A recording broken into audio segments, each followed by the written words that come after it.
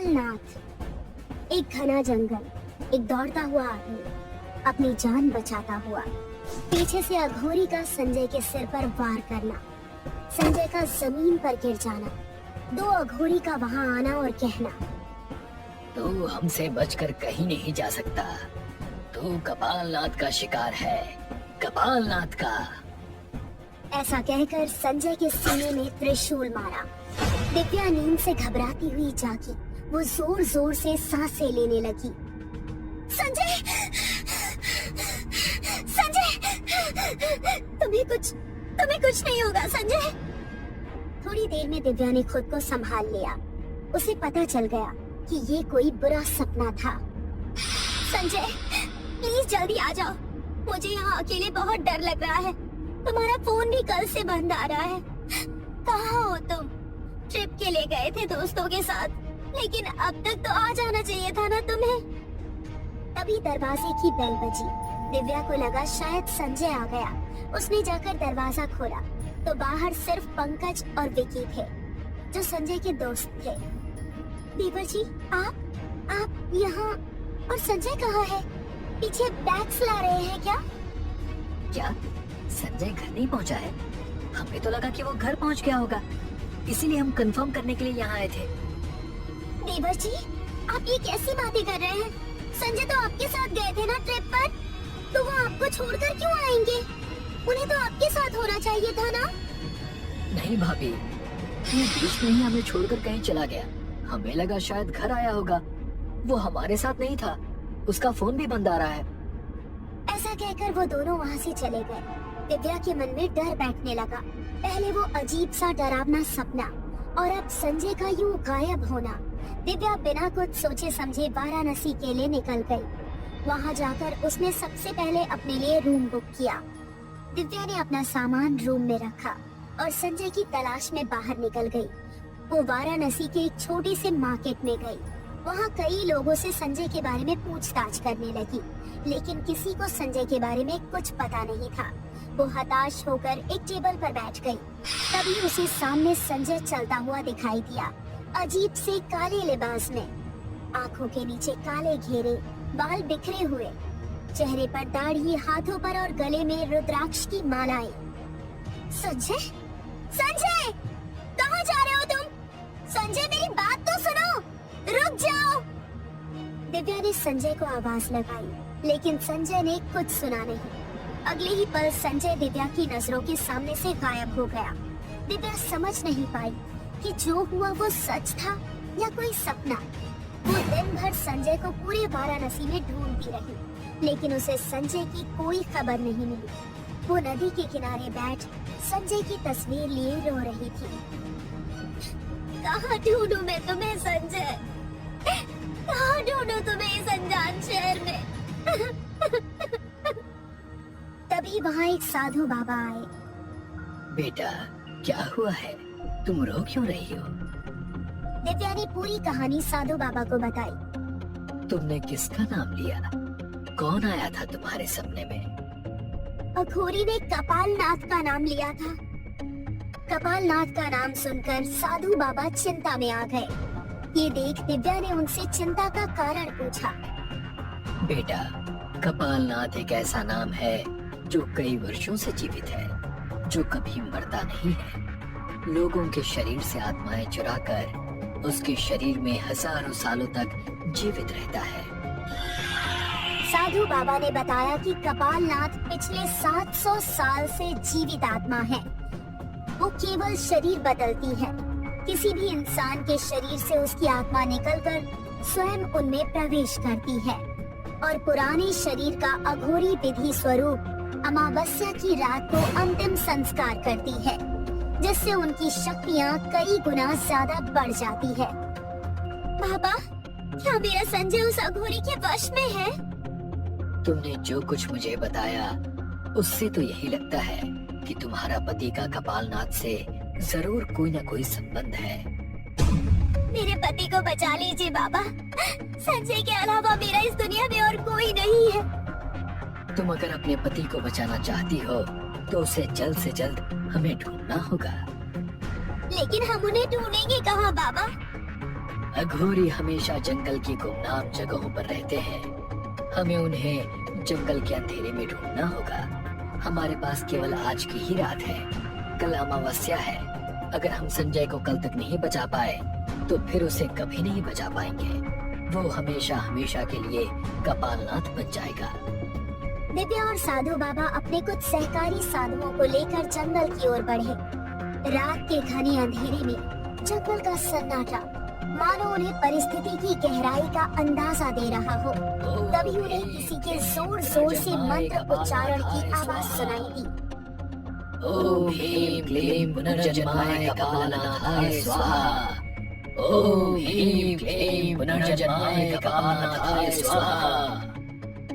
वहाँ सभी ने देखा कि संजय के शरीर को जमीन पर लिटाया गया है और दो अघोरी उसके चारों ओर घूम रहे हैं और उसके शरीर पर राख फूंक रहे हैं। सभी छुपकर देख रहे थे।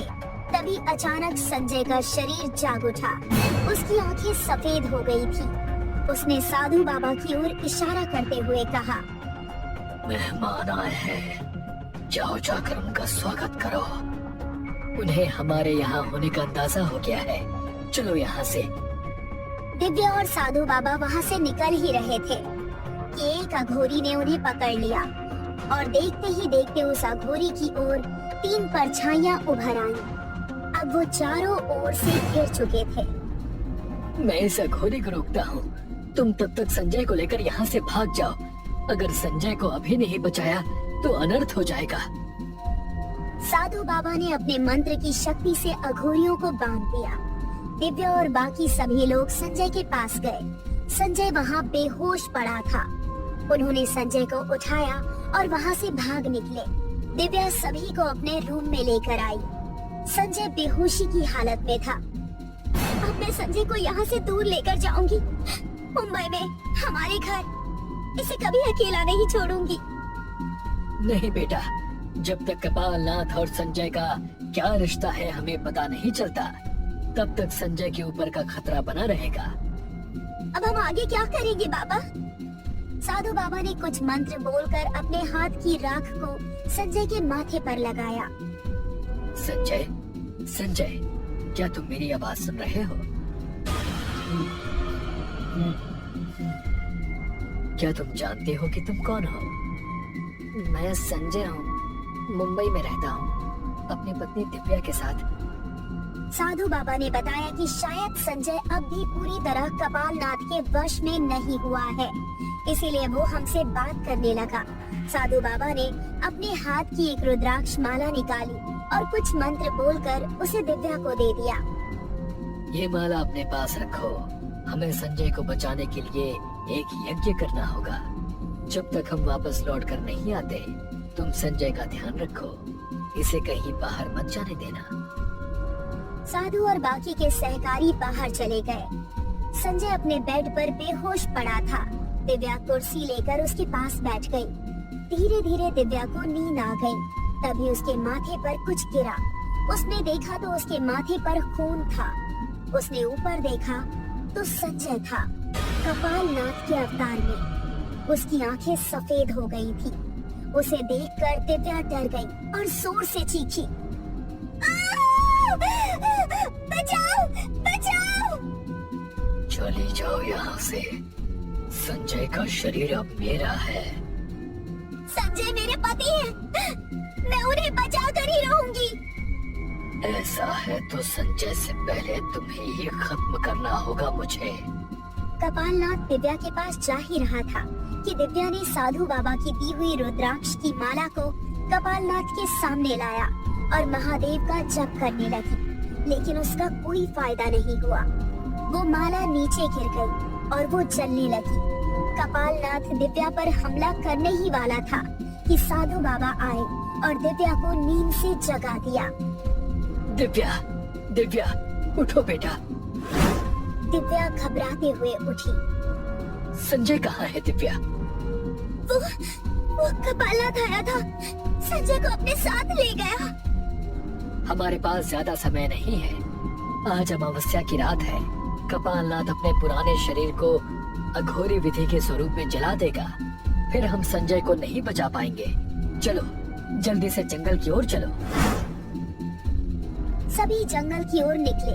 तभी दिव्या ने देखा कि रुद्राक्ष की माला सच में चल रही थी। वो जंगल की ओर गए तो देखा कि संजय चारों ओर से अघोरियों के बीच बैठा हुआ है और अघोरियों ने पुराने शरीर को जलाने के लिए उसे चिता पर लिटा दिया है। ये सब क्या हो रहा है बाबा?